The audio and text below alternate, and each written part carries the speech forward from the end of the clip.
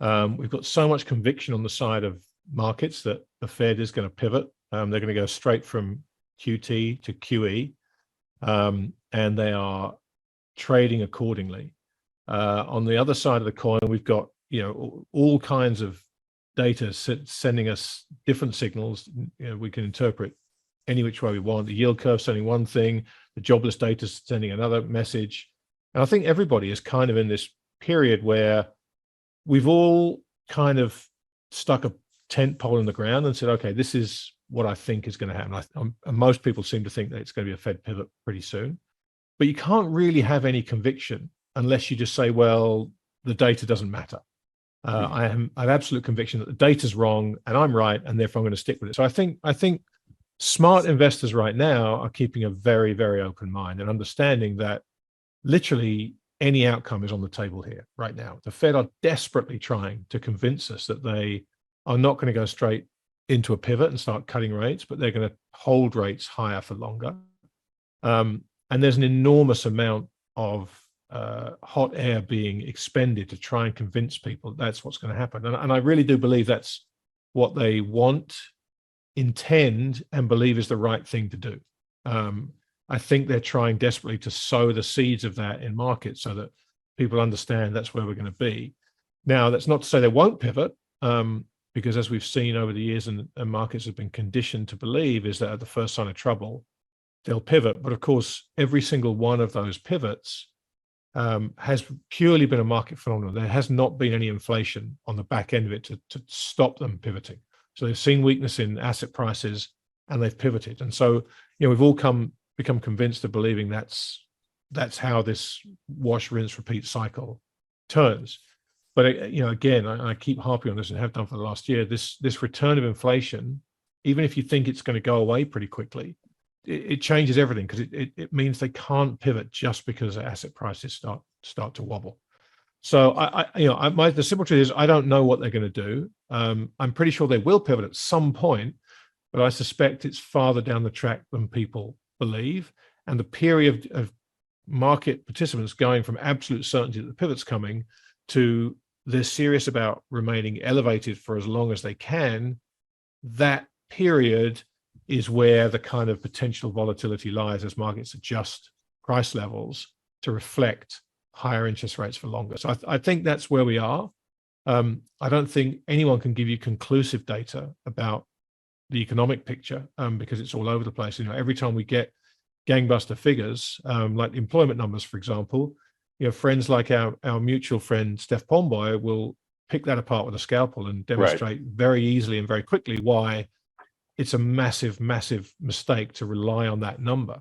So, long story short, remain open-minded, remain fleet, remain flexible, and be prepared for the first time in a long time, I think, to challenge that belief that at the first sign of trouble, the Fed will pivot. We've been conditioned and reconditioned over the years to expect certain things to happen when certain conditions manifest themselves. And over again, we've had that reinforced. And that's why now people are refusing to believe the Fed about staying high and believing the Fed when they say they're going to engineer a soft landing.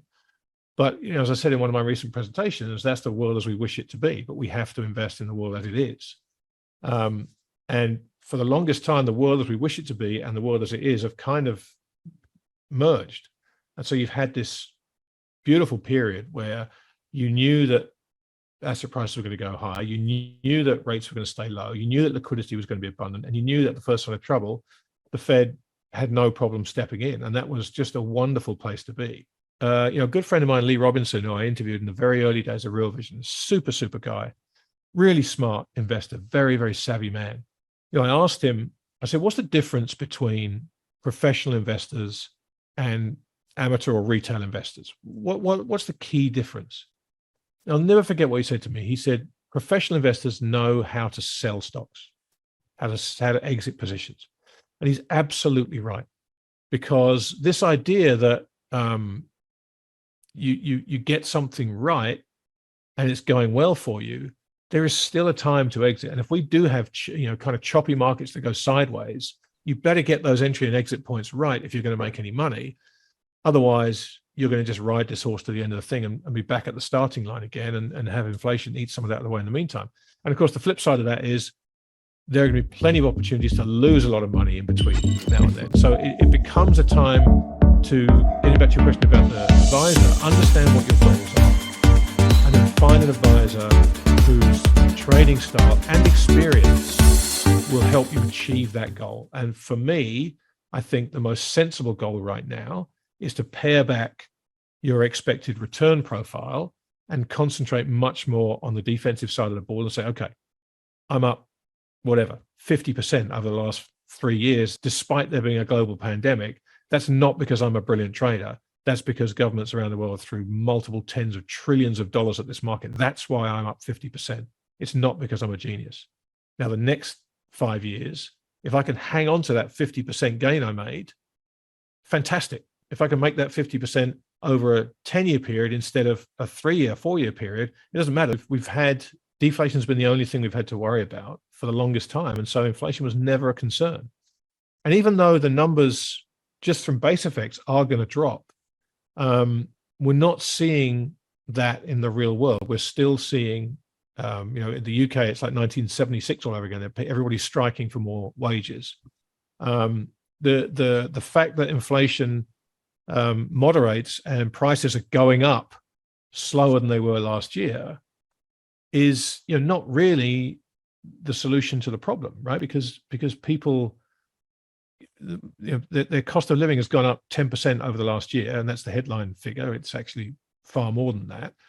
But okay, the good news is, celebrate, it's only going to go up 5% next year. But it doesn't matter because this is cumulative in a real world sense. So even though you might get a lower CPI number, it doesn't really help people because they've had this big shock to their kind of own balance sheet over the last year.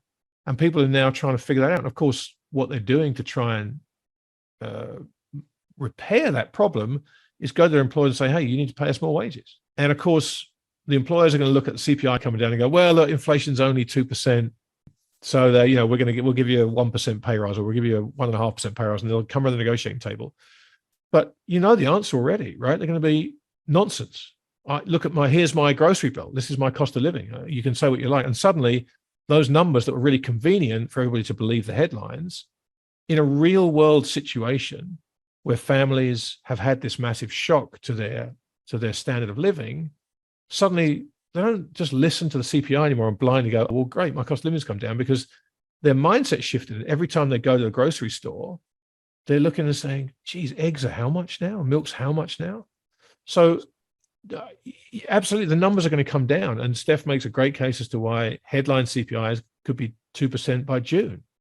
I don't know if it'll get down that low, but it absolutely could. The question is, does it matter? And can you sound some kind of all clear?